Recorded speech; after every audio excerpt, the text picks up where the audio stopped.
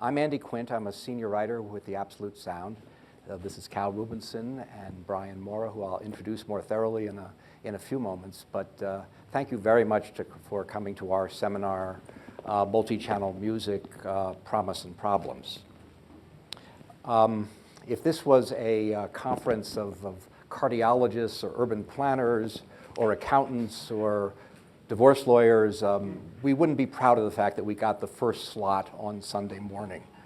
But it is 10 a.m. and you guys are audiophiles, so we're very pleased that you're here. Thanks for coming. As audiophiles, I think all of us have had transformative experiences that have changed our understanding of what's possible with canned sound and also our own approach to reproducing it at home. And for me, that was a trip to Telarc in January of 2002. I was writing for Fanfare at that time, and to put it mildly, the interest in things, audio was pretty minimal at that magazine, so when something came up, I had only to raise my hand and they'd sent me. So I got this all-expense-paid one-day trip to Cleveland in January.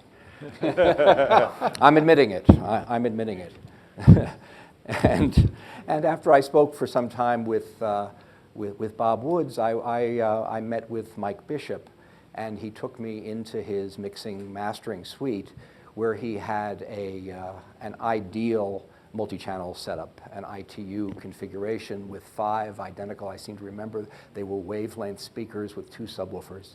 And the occasion was the release of Telarc's first multi-channel DVD audio first and then SACD, a remake of that Kunzel-Tchaikovsky program. The original one with the Canon shots had been in 1979. This was a recording made in 2001 with this new technology. And I kind of thought that the news was going to be the higher resolution, but it wasn't that way at all. When I sat in Mike's seat, I mean, apart from the fact that the cannonballs going past my ears were frightening, there was this appreciation of a full orchestra that I'd really never experienced before. I experienced then, as I experience now, this real sense of how the musicians were configured on stage, a real sense of what the venue was like, especially after a loud chord followed by a silence, and this most intangible thing, the thing which is hardest to get with stereo, in my opinion, a sense of music in the air between the musicians and the listening position. I'd returned home and began to build incrementally my own multi-channel system. I now have several thousand multi-channel recordings, and that kind of thing is routine. It's not a rare event requiring a palatial listening environment and special equipment and an especially rare recording. It's something that occurs all the time, and I get this sense of occasion that I want to reproduce from the live musical experience. So I bring in friends, I bring in other audiophiles and give them the experience, and universally they say, wow, that's really neat, I see what all the shooting is about, but nobody acts on it. And I've become increasingly interested in why this should be, you know, despite such wonderful advocates as Cal and Brian. So honestly, this is meant to be a seminar where we'll talk to you a little bit, but I've tried to reserve close to half of it for questions and especially opinions from you guys who are here because you've had experience as well. The 2 panelists I hardly have to introduce. Cal Rubinson has been writing his Music in the Round column at Stereophile for more than a decade, and he is that rare audio writer that he knows his stuff technically, but his musical chops are quite remarkable. So he presents recordings as well as new gear in his column. Brian Moura is an associate editor of Positive Feedback, but he's also a consultant to NativeDSD and to Channel Classics, which is one of my favorite multi-channel labels. So plenty of expertise. And I've told you what my general plan is here. I have a series of questions to ask these 2 guys, and that should take perhaps 20 minutes. listen to them and write down what questions and thoughts you have. You know, if you raise your hand or yell out stuff, I'll pretend I don't hear you. But after that, it will be open to you guys. You can make comments, you can address questions or comments to anybody up here, and one of the guys will come around with a microphone to hand to you, because we are recording this and we want everything to be well documented. So I think I'll start with a question for Cal. When I consider what keeps most audiophiles disinterested in multi-channel music playback, I think not only of cost and convenience issues, but also a flawed understanding of what surround sound tries to accomplish.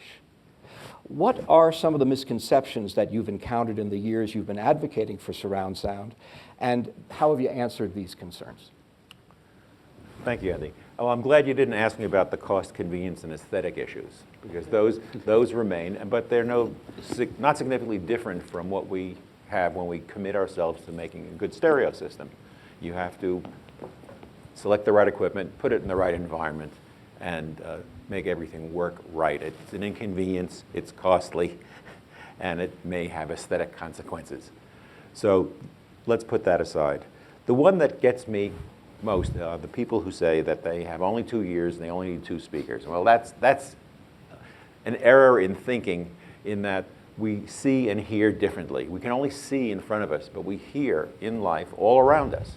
And if we're going to try to simulate the experience of being in a place where you see frontally, but you hear in surround, then you need more sources. You need sources that come from behind, so that your brain can resolve the sound in the space that you're sitting in. So that was an easy one, but it's an argument that continues to pop up all the time, and it's one that should be dismissed out of hand. The second thing is that people have had bad experiences with poor surround, often as a consequence of bad selection of recording, or listening to a musical performance that is in surround on a modest, poorly set up home theater in the round, which may have been set up without true guidelines.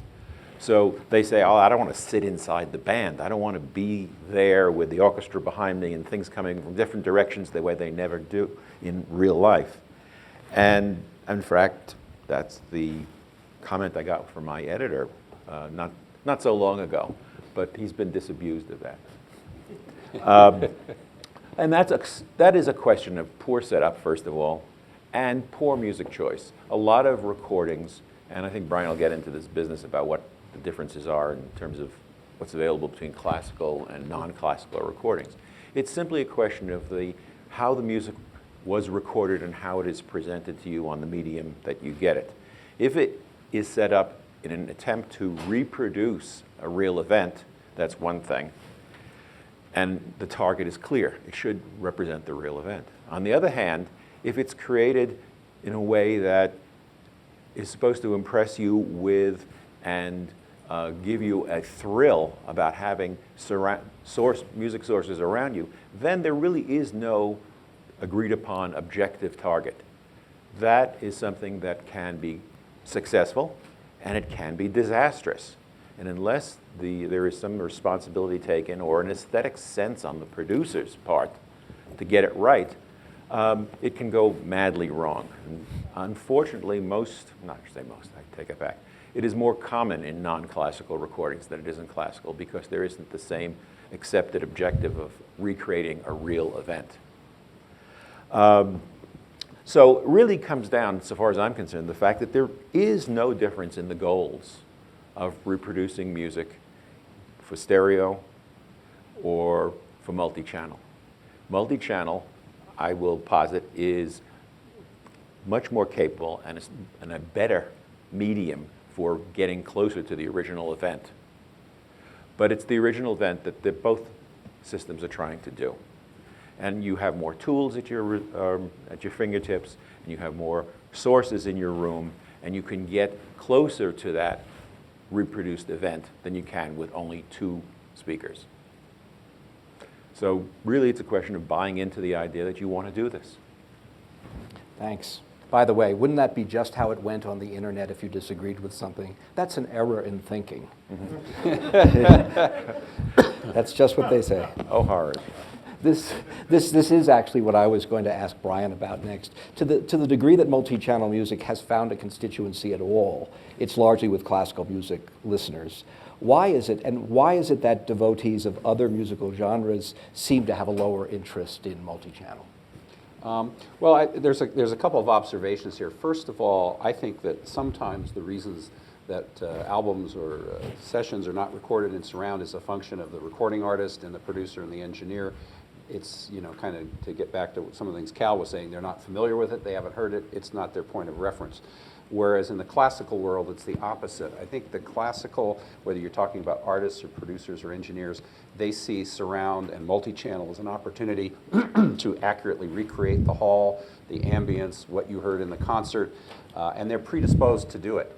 And you have labels like Pentatone and like Channel Classics where pretty much everything they produce is in surround sound. And I think one of my favorite moments that I want to share with you is a discussion I had 5 years ago when NativeDSD started out, and I got a call from Jared Sachs, who, in addition to running Channel Classics, also started NativeDSD, and he had this vision of, we're going to have this superstore, and we're going to have all the labels that record natively in DSD, and there'll be one-stop shopping, and I thought it was an amazing idea. I frankly was a bit skeptical at the beginning it actually could work. So here we are 5 years later, it did work. But so I asked him, I said, so Jared, in this superstore of DSD that you're imagining, are you going to just have stereo or also going to have surround? And he said, well, obviously we're going to have surround. And I said, okay, well, I'm in. And then I said, are you going to still record in surround? And his response was, he said, well, why not? Why wouldn't you record in surround? And I said, okay, tell me about that. He said, well, when I set up for a session at Channel Classics, we mic it so that I can do both. We mic it for stereo, but we also mic it for surround. And that way, basically, when we get back to Channel Classics and we prepare the releases, I have everything I need for both. And so obviously you would do that. And when I've talked to people at Pentatone, they feel very passionately the same way. As some of you may know, the Pentatone folks originally started out as the engineering department of Philips, back when Philips still had the record label before they sold it to Universal. And the Philips folks are the same way. They did a series of 4-channel, back in the day, 4-channel recordings that were supposed to come out in the 1970s. Unfortunately, they never did.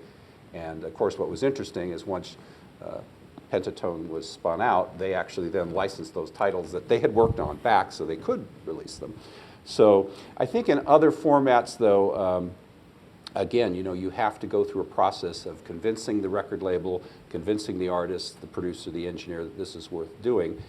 We saw this in the 70s when record labels went back to their catalogs and remixed things into surround sound, and we saw the same thing again around 2000 when DVD audio and SACD were around. Unfortunately, when you go back and have to pull tapes and go back to multi-tracks, that's a much more expensive proposition than if you just mixed it or recorded it with surround in mind. Sometimes you don't have all of the elements or stems. Other times, you hear people a little disoriented when they hear the surround edition, because to make it work in some respects, particularly in more of a pop environment where you're looking for some, I think Elliot Shiner, the famous producer engineer, refers to it as ear candy. He likes to have a little something playing in the back just so you know those rear speakers are on. Is sometimes he'll either raise the volume of certain instruments, or he'll pull instruments that didn't make the original recording. So suddenly there's things going on and you're like, wait a minute, I don't remember hearing that before.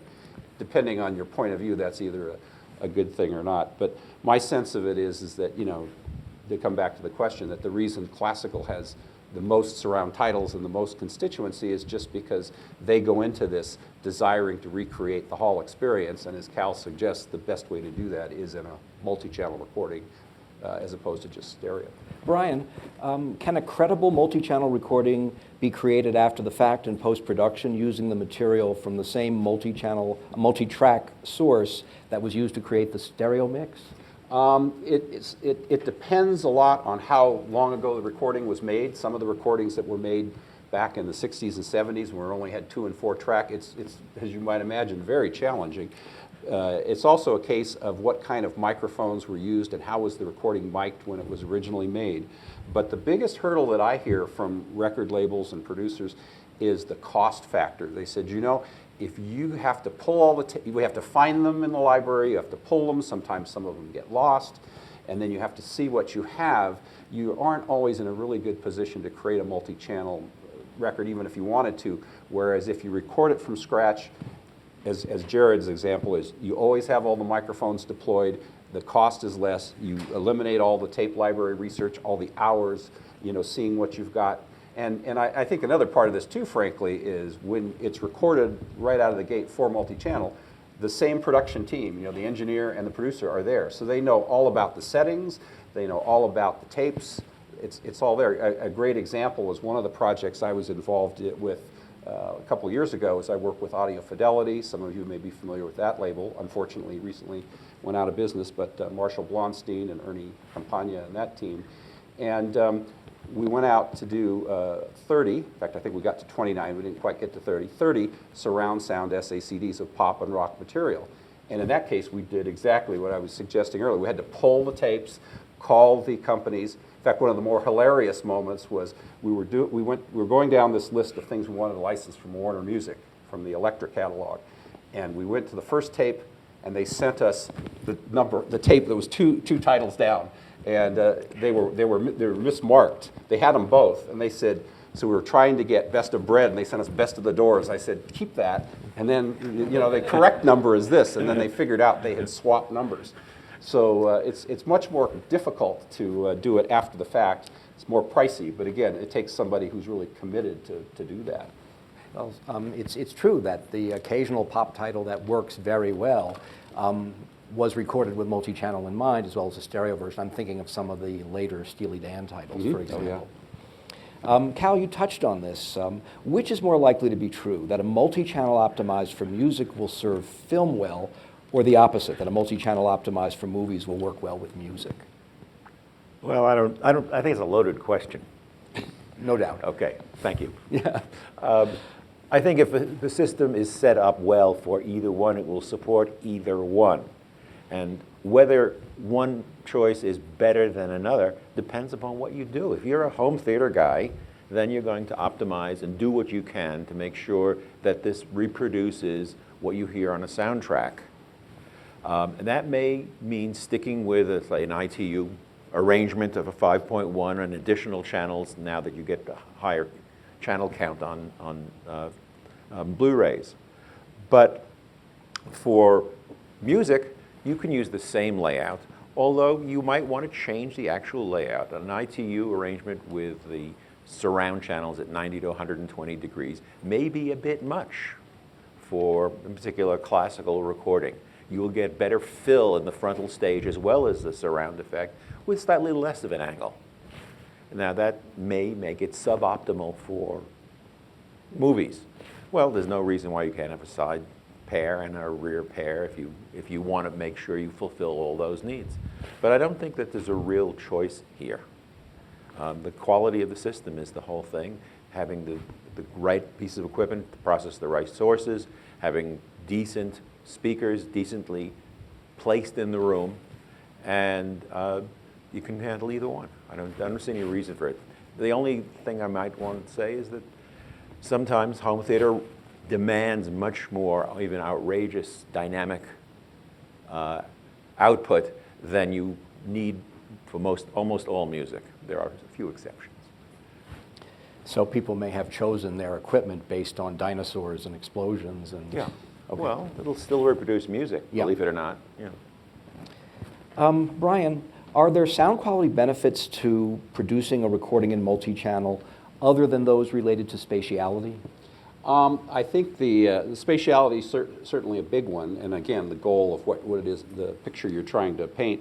I think the other advantage, though, is in some cases you get to hear the totality of the recording, and the best example of that I could give you is the recent release that Ray Kimber's IsoMic label put out of Chopin's The Last Waltz.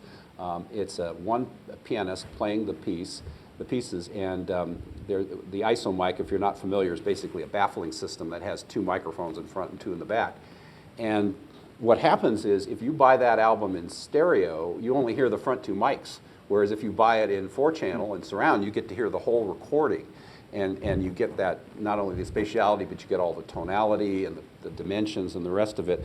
And so, you know, sometimes when I listen to a recording like that in stereo and then hear the 4-channel version, it's almost amazing to me how much additional information I'm getting and perspective and enjoyment. And, you know, frankly, sometimes I feel a little sorry for the people who are only listening in stereo. It's like, you know, you have no idea what you're not hearing. And that's true even in something as subtle as a classical recording. Obviously, as Cal suggests, when you have, you know, either home theater or you have some more adventurous pop titles, of course, there's all sorts of things going on there. Yeah. But even in just a one piano classical recording, it's surprising when you compare them how much information you're losing. I mean, you know, again, first time I heard the difference years ago, I just couldn't even believe it. I said, so there is a big difference. These people, they have a reason for their passion for recording classical surround. So there's spatiality and there's detail. I want to put in, I have a similar anecdote. I had one of the original Philips SACD players, which had a unique feature that unfortunately not available much these days, where you could switch between the stereo and the multi-channel tracks on the fly. There was a slight gap in the sound, but it didn't start the track all over the way most players do these days. And I was listening to a solo cello piece and still learning about multi-channel. And I made the change at the end of the piece when the performer, Peter Wispelwey, just lifted his bow from the cello. And I went from multi-channel, where it sounded very nice, and I was doing this all through the piece. But at the end, I made an ill-timed change from multi-channel to stereo. And what happened is I heard the entire ambience of the room get sucked up through the front wall away from me as it decayed. And it was such an unnatural experience, which I probably would not have noticed had I been listening in stereo all along. But here it was pointed out to me. So you learn from one, you learn from multi-channel things you cannot learn from stereo. So clearly it affects spatiality and also detail. Yeah. Does switching to multi-channel from stereo ever change the tonality of a recording? Well, I'll take no for an answer. No. Well, again, I think it can, and in some cases I find that's particularly true if the multi-channel is created later on. Because in some cases, the person creating the multi-channel, different engineer, different recording team, you know, when those things are created, you try to stick to what the original producer and engineer intended, but yet, even when you're trying to match everything, you know, perfectly, it doesn't always work that way. And one of the interesting things that you may not know is when you pull tapes, what they're supposed to do, and I'll use the term supposed to because it isn't always the case, that on the outside of the box of the tape, it's supposed to show you all the equalization settings and the volume so you can try to recreate as closely as possible. But I have heard instances where you listen to the stereo and you listen to the multi-channel created, as you say, after the fact, and you can tell clearly they're a little different. In some cases, I don't think it's intentional, it's just they're trying to match and they don't quite get it right. In other cases, as using the Elliott Shiner example, they probably are trying to make it a little different, particularly with the ear candy and changing the levels a little bit. Well, another difference, of course, is that if you're, particularly in the low frequencies, if you're now getting bass, which is relatively non-directional, into this room from 5 sources, assuming they're all capable of bass, instead of from 2 sources at one end of the room, the tonality of the bass, the subjective tonality of the bass, even if it's the same level, will sound different. Cal, for most of us, multi-channel means 5.1 or occasionally 7.1. Do you see the potential for a further advance in realism when even more discrete channels are utilized, as is possible with Dolby Atmos or the Auro 3D formats? I do, but I don't think it's going to happen. I think that it's very unlikely that we'll see any serious investment in music releases, recordings and releases in those higher channel counts. I had the fortunate experience a couple of weeks ago to visit Floyd Toole, who has a fantastic setup at his home. And if you look at some of the things he's posted, he's got pictures of this room. And it is beautifully installed, beautifully balanced. You can imagine that this guy knows what he's doing, and he gets a lot of help from the Harman people. And he played a number of higher channel count recordings for me. Some of them were recorded in Auro 3D, and he also did some up mixing on the fly, and it was done discreetly, and they all added to the sense of relaxation in the space. You felt more there without awareness of your room. But I don't think we're going to see any burst of commercial releases in that format in any genre of music.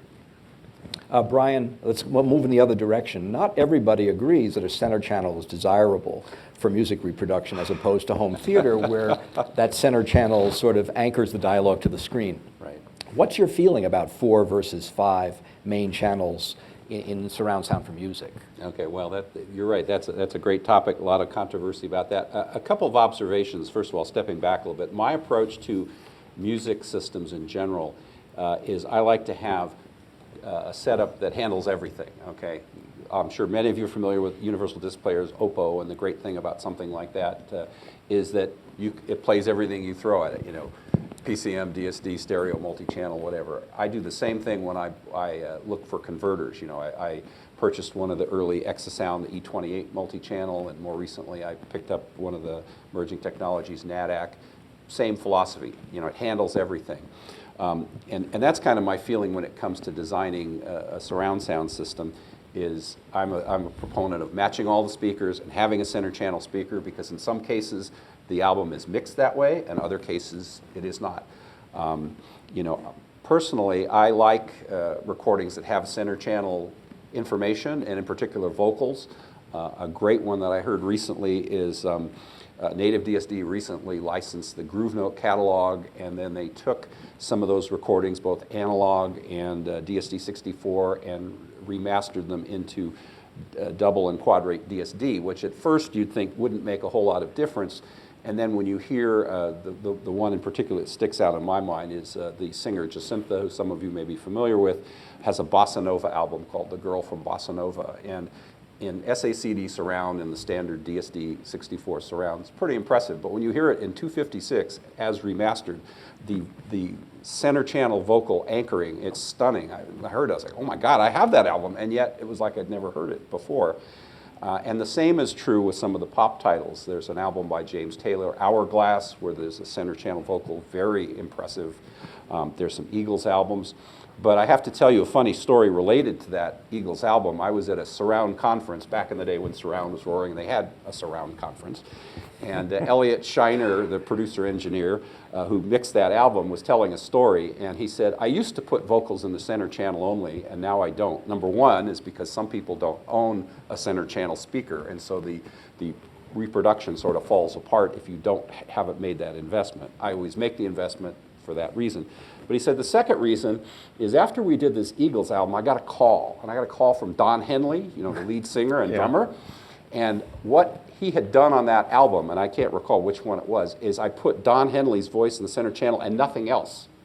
And so his fans started soloing that channel because they could hear Don Henley singing a cappella. Right. And they'd never heard that experience in a concert or anywhere else. And Don Henley apparently was not amused and said, don't you ever do that again, or you will never be reproducing or engineering any of my albums or any of the Eagles.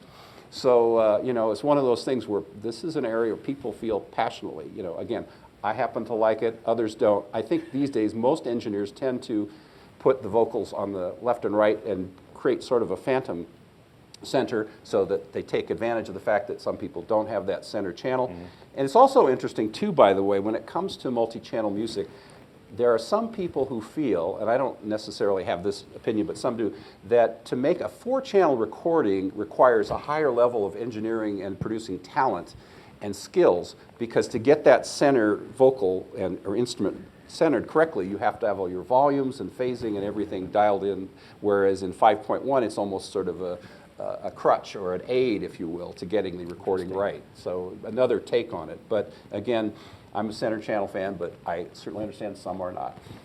Well, I think that it really depends on how the recording was made. If it was made with a discrete microphone feed for a center channel, say for a vocalist, or if you're doing a classical recording where you have a big stage full of performers, but there is a center mic. Mm-hmm. If you're going to create a stereo mix from that, you've got to mix that center into the 2 stereo channels. And that's there to give you the information they want from the center. And that creates issues. You can't just sum those signals. They interact because each of them is sharing a signal source, whatever is heard by both mics, but both mics are hearing it from a different perspective at a slightly different timing. And if you can retain that center information discreetly, you don't muddy the other channels. And I think the easiest way to hear that, if you want to test it for yourself, is to try one of the Living Stereo SACD releases, which offer you a 2-channel and a 3-channel, because it was a 3-mic setup, nominally with a few highlights.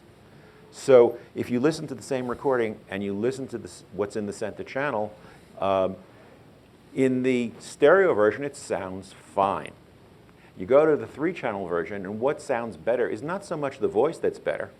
What sounds better is that there's all kinds of confusing, out-of-phase material in the left and right channels that have been removed. So now the soundstage gets wider by putting in the center channel. Yeah. And you can test that easily enough. Yeah, and I was going to say, to add to Cal's comments, I'm a big fan of the work that Acoustic Sound's done in putting out 3-channel, not only the Living Stereo, but they also have Ray Charles, and they have the Nat King Cole recordings, which if you haven't heard those remastered by Kevin Gray and Steve Hoffman, they are amazing. Literally, when those were in production, I got a call at home from Gus Skinnis, who said, "You have to buy this album." You just have to. And I was like, "Whoa, what's this all about?" And I got it. He said, working with Steve and Kevin, we took the original ambience off, we recreated it at Capitol. We've taken the analog tapes. He said, even if you've heard these albums, you've never heard them like this. And it was right. And I thought to myself, as Cal was saying, there's something to 3-channel. And it's interesting because I know on the internet forums, on the Quad forum, for example, we had a big debate a while back about, is 3-channel really multi-channel? And I took the position that, well, if it's more than 2 channels, it's multi-channel. And indeed, to me, it's one of those little things that people sometimes don't think about the SACD format, in that one of the advantages of having multiple channels is you can release some of those recordings originally made in the 1950s and 1960s for 3-channel, in 3-channel, in many cases that you've never heard, dare I say, correctly before. Things like the Belafonte concert at Carnegie Hall, the Tony Bennett at Carnegie Hall. There's a lot of great stuff. And again, you play those obviously if you have a disc player, or for those of us who rip the SACDs and play them through your favorite multi-channel DAC. It really adds quite a bit. So as Cal says, the stereo in high res, very nice. But if you can listen to some of those things in 3-channel, got to do it. You definitely don't want to listen to, we're almost to the question stage. You don't want to listen to Hourglass in 4 channels. It's a little dull. This is the last question for Cal, and then it's definitely your turn. Cal, a traditional stereo-only audiophile experiences multi-channel done right at an enthusiast friend's home and wants to try it himself. Is there an incremental way for an audiophile with a 2-channel system that's been carefully configured over many years to develop a multi-channel system without starting from scratch? Well, sure. I mean, obviously, you can keep your left-right speakers and your amplifiers, but there's no way to get around necessity to have a multi-channel source, and there's no way to get around having to have additional speakers and amplifiers to drive them. You can do it incrementally depending upon your perspective by saying, well, I'll do the center channel, as Brian and I have been talking about, and see how that works for me. Or you can say, well, I'll get a bigger, I wouldn't say bang, but a bigger effect by putting in the rear speakers so that you do get some of the immersive effects. Or you can get a bigger bang by adding a subwoofer, but I would do that last. If you like your stereo, you don't need the subwoofer probably ever, but maybe, eventually. I'm not definite about that. But how do you do it incrementally is a tough choice. But I have a suggestion that you can do it inexpensively and see if you get bitten by the bug. Because if you're committed, then the incremental thing is an obvious task, a road you start on, and you have a goal, and you will do it as responsibly as you did your stereo system. But you gotta buy into it. And the way I think to buy into it is to get something like an Oppo, sadly no longer produced, but if you're testing the waters, buy a used one. If you don't like it, you can sell it and be where you started out. Because you can now play any disc on it. You can put multi-channel files on a flash drive and stick it into the USB on the front so you can buy downloads. And it will do the channel levels and delay settings that you need to synthesize having a correct array of speakers that are at the same level and at the same distance. You can do that through the processing. And that box, and it's not only Oppo, there are some other players, sadly very few with 6 analog outputs these days. But on the used market, you can find them, and that's the way to start. Get that source material, and then add the channels. Do you need speakers, expensive speakers, to go all the way? Well, not initially. Try it out. See if you can find a used speaker, bookshelf speaker. It doesn't have to be a center channel. In fact, it's probably better than if it's a dedicated center channel speaker. Find a bookshelf speaker from the same company line that makes your left-right speakers and make it your center channel. And if you can get 2 more of those for surround, try it out. You can get very close to a really good setup that way without a huge investment. In my own case, 16 years ago, I was using Wilson speakers, and there are no modestly priced Wilson speakers. So what I did was, I did some listening and found that Dynaudio wasn't all that different in terms of tonal balance. And I started with 3 of those, and once I was convinced this was my future, then I started matching brands. So I think we're pretty much right on schedule. I think we're ready to start taking comments, and this gentleman here should be first. I simply wanted to comment on the fact that the center channel, I'm a longtime multi-channel user and realized not long enough ago that a good center channel, especially an identical one, is very important for that realism. And most home theaters, that's where multi-channel seems to come from a lot of folks that have home theaters, don't have an identical center channel. And it's worth an investment if you're going to go the whole route. I'm using Magico speakers now, and I have 3 S3s across the front and 2 S1s in the back. And I think that a horizontally organized center channel can be a problem. So I think if you're committed to music, you use 3 identical speakers and put the television a little higher up on the wall. Right. Or in another room. Or in another room. Who's next? Over here, Ken? Hi, my name's Ken, surround sound enthusiast, and I just want to point out, first of all, that it strikes me that this assembly is a little bit of a metaphor for the problem of getting people interested in surround sound. Here we have an entire hotel full of audiophile enthusiasts, and we couldn't fill the room entirely with people who were interested in surround sound. So I want to point that out immediately, and then say, has anyone at this festival ever tried to set up a surround listening room that's focused not so much on the equipment as it is focused on the surround sound experience? And if not, could that be arranged, next year or in the future? Because I think part of the problem is that surround sound needs to generate a demand for the content, because if the demand is not there, then the companies are going to be less interested in providing that content for us to listen to. Mark Waldrop has done it, and he should be encouraged to do it again. I was also going to mention that at this show, the place to hear surround sound is in Evergreen D, which is on the first floor at this level. Ray Kimber from IsoMic has a cost is no object surround sound setup. He's got 4 of those Focal, I don't even know which model that is. But he needs 5. Well, ideal. Well, he's doing 4-channel recordings, though, so that's why. But he has that set up with some of his stuff. He's playing it right off the merging DSD tracks, and he's got a motorcycle race where the announcer is behind you, and then the motorcycles are whipping around you at full volume. He's got a drum corps where he apparently had the airport turn off the flights over the university while they were recording. Mm-hmm. And then he's got the Chopin piece I talked about earlier, but he also has an upcoming release. And it's pretty amazing to hear that. My experience at these shows is a lot depends on when products are being introduced. So for example, there have been audio shows where you do hear surround sound from merging, when they first did the NADAC, and then later the NADAC player. Philip O'Hanlon did some great demos. In fact, at one show, I think it was in LA, he actually had like the multi-channel jukebox, I think he called it, where he had like an hour of different multi-channel titles. Exasound, I see George Klisseroff from Exasound in the back of the room today. He's done some multi-channel demos of his E28, more recently the E38. So it does happen from time to time, but I agree, I've always seek those demos out. And as I was telling Cal the other day, I'm still waiting for the demo of the MSB Technology $125,000 surround sound DAC, the Theater Master. I've heard there are 4 or 5 people in the world actually own one. I've never heard it, but you know, who knows? If we go to enough of these shows, sooner or later, it may show up. We should get together Yes. and ask them if, Yes, as a team, maybe. Yeah. Over here, please. I started with surround sound in '83 with some Meridian equipment.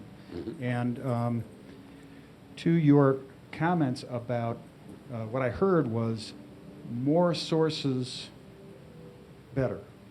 Now, you don't have to employ all of them, and you may have material that doesn't directly address each of these possible sources, but there, you talked about a benefit to what you termed upsampling.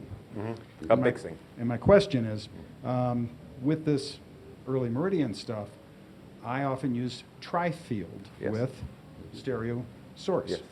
Can you talk a little bit about software? Tough. I'll tell you why. I had the same history as you have. What really got me turned on to this multi-channel business is experience with the Meridian system. And I had Meridian equipment for quite a while. But I have not played a lot with upsampling, upmixing. I keep on doing it just upmixing lately because I find that I have real multi-channel stuff. And even the facilities that the Meridian had were not perfect. Recently, I heard some stuff that Floyd Toole demonstrated to me using the Oro upsampler. And he tweaked it a bit, and I thought the effects were phenomenal in a brief interest. So that's all I can really contribute. I think it has tremendous potential, but I don't have enough experience to recommend. So you don't know about software products that would take 2 channels?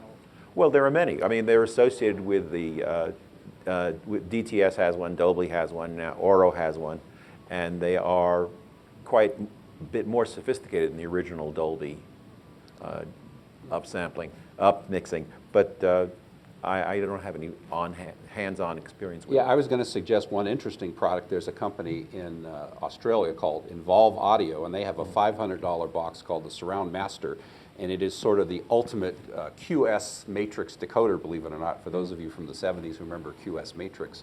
But the interesting thing about it is these days, most people use it for the application you're talking about, taking stereo, turning it into multi-channel, and it's a pretty reasonably priced product. They actually sold out of the first model, and they have a more deluxe model coming out shortly. But I think if you're looking for a stereo to surround synthesizer, let's call it, that's an interesting one. The other thing that is funny, by the way, about that product is because, again, it's using out-of-phase information to synthesize.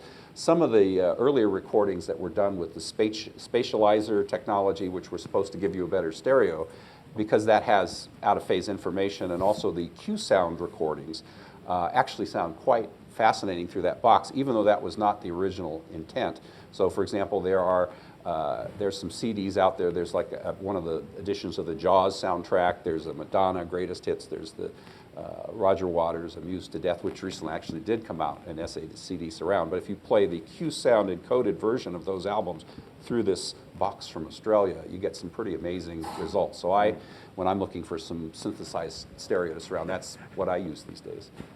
Jan Mancuso from Reference Recordings. Hi. I realize I'm the only woman in this room, which may also have something to do with surround sound. But I wanted to comment because our company, we both produce things in surround from PCM recordings, but we also distribute things that are made in DSD by the team from Sound Mirror. But I wanted to kind of loop a couple things together. Cal spoke about finding things used, the fact that Oppo is no longer making players. There are only 3 plants in the world that make SACDs. And there are a few, but not many, download sites that offer surround sound downloads. Do you feel like orphans? Is kind of my question. Or does it bother you that there's such a limited number of places you can get stuff. I guess my answer would be yes, it's unfortunate. I mean, a good example is if you look at the number of download sites that have DSD albums these days, there's over 30 of them. But if you go to the ones that have surround sound, then it's only like 4 or 5. That's right. And when you talk to the sites, they'll tell you, surround sound does not sell as well as stereo. And interestingly, on the downloads, the places where they're selling is the ones where they price them together. They call them combi pricing or ST plus MCH. So for example, Acoustic Sounds has this great series of one of their blues concerts. Unfortunately, they only did one because it's 13 albums worth of surround sound, so it's a lot. But for it is good stuff. For $75, if you haven't done this already, you like surround sound and the blues, you got to get that set. And it's 13 albums, and if you pay $75, you get all 13 albums in DSD stereo and all 13 albums in DSD surround. If you only want the DSD stereo, of course nobody in this room would want that, but if you do, that's $50. So for initial $25, it's a no-brainer. And what has happened as well is at NativeDSD, it's interesting, they have 1,400 DSD downloads. They come out with new ones every Friday. People keep telling me no one's recording in DSD. I said, better look over there because every week it comes out, and I actually have the release sheet showing the next 3 months of DSD, so it isn't stopping. But what's interesting is of those 1,400 albums, 1,000 of them are also available surround DSD. So it is being done, primarily, as we talked about earlier, in the classical market. But then you look at other sites and you see, Acoustic Sounds, and there's, 15 multi-channel downloads. HD Tracks, there's 1. I mean, it's Blue Coast, there's 1. It's kind of sad, but I'm hoping that maybe over time, as people like Pentatone and like NativeDSD and Channel Classics and Reference and others continue to wave the flag, maybe some more folks will get religion. But in the meantime, I encourage people who are into surround sound, watch the download sites in the stores where they are selling surround SACDs and they are selling DSD downloads. And again, I'm always fascinated by, as I watch the Friday releases at Native, every week there's stereo DSD that's new, and almost every week there's surround DSD that's new. And you wouldn't think that, but it is happening. There are problems on the other side too. An example is that some performers, and thinking particularly the Seattle Symphony, have been producing some excellent recordings, and they release them as CDs, and they also record them in multi-channel, in high-res multi-channel, not DSD, but their availability is spotty. They send out press releases, they're doing all of this, they send me a download, and I always write back and say, well, I can't write about it because the readers can't buy it. And sometimes I even write the little review, and I wait until publication deadline to see if they found an outlet for it. And sometimes they do, and I get to write about it, and sometimes I just have to can it and I can't say anything about it. And some of these recordings have won Grammy Awards for engineering and other things. They're spectacular recordings, but the distribution channel hasn't accepted multi-channel sufficiently. Go ahead. Can I say something about that? Sure. One of the problems or shifts that's happened recently is that a lot of orchestras in America, because of the union regulations and relationships, have started their own labels. San Francisco, New York, Philadelphia, Seattle, very, very famously, because they have some great engineers there. Yeah. But it does make it very, very challenging for arts organizations to become commerce organizations and get the product out. And it is sad. It is sad that that does happen. And we hope that there will be more outlets and more digital distributors might be able to make relationships with those orchestras that do that. Let me mention a recent development that leads to a question to the more technically oriented here. Primephonic, which is associated with Pentatone, was a wonderful source of multi-channel downloads. Well, they decided to launch their streaming service just recently, and they put all their downloads on hold. Now, they claim that they're assessing whether or not to renew that, but all of a sudden that's a great source of multi-channel downloads that are gone. What about streaming multi-channel? Is that the future anytime soon? Well, it's interesting you asked that because I was talking with the folks at Prime Seat in Japan recently, and for those of you who don't know, I was telling Cal the other day, I said it's amusing to me that I keep hearing these announcements of streaming systems, and we're the first high-res download site, and I said, Actually, no, because if you go to Prime Seat in Japan, which was started by Korg and Sony, they've been streaming DSD for like 4 years. So, people talk about, well, let's get MQA and squeeze the music down to CD quality, or let's use MP3. I'm like, guys, you're like light years behind the Asian market. But it occurred to me recently when Prime Seat, they kind of blew my mind. So they're streaming DSD at 64, and then they're streaming DSD 128. I was like, really? And then they announced last year they were streaming quad DSD in stereo. I'm like, are you kidding me? And I said to one of the technical people, I said, now, since you're streaming in quad DSD stereo, couldn't you also stream in multi-channel DSD 64? I mean, isn't the bandwidth similar? And all I got from him was a smile, and I thought, So I don't know if they're thinking that. I certainly suggested it, but so it sounds like it could be possible. Though I think as time goes on and those cable modems and fiber connections more and more people keep getting faster, one would think that as the bandwidth goes up, it could be possible. Okay. And other comments? We got 10 minutes. So specifically on that point, some of that, especially in the U.S. market, the internet in the U.S. market is very fractured.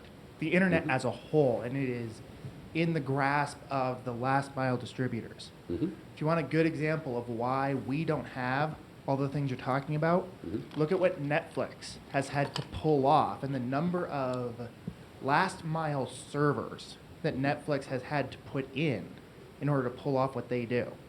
Do you think somebody in our industry will get big enough to be able to do that kind of thing in order to get us what we're asking for?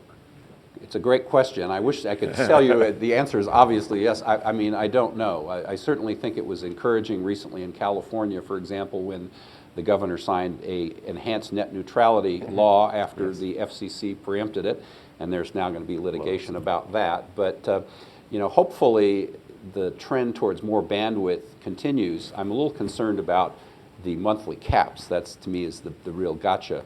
Because from the cable operators, since they're using a hybrid fiber coax plant, they can give us more and more bandwidth. In fact, one of the things, as a Comcast subscriber, they give me more bandwidth every year because it's easy for them to do, and it also widens the gap between them and the phone guys who did not make that investment. But the problem is, if you're doing a lot of streaming, whether it's through Prime Seat or somebody else, those monthly caps can get you. So my thought is we've got to figure out a way to get past that. And you're right, it may be a different service provider. It may be to the point where so many people are using broadband that it makes sense for a third player to come in. But unfortunately, in the short term, I'm not optimistic.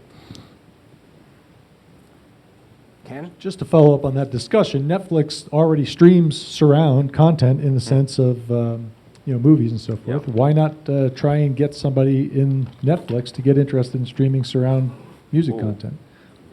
That's a And good point. one more thing before I yield the mic, which is if anybody here is a local Denver person and wants to try and set up some kind of a quad or surround club, I have been wanting to try and somehow demo surround to people, and I just need some other people to help, and maybe we can get something going.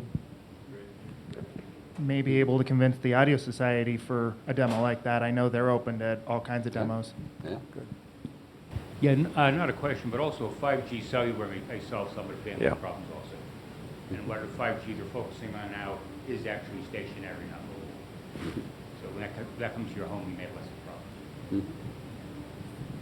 And it's a real issue right now with our NativeDSD, our 256 multi-channel downloads. And if you've ever taken a look at them, they're wonderful, but they're 20 gig as well.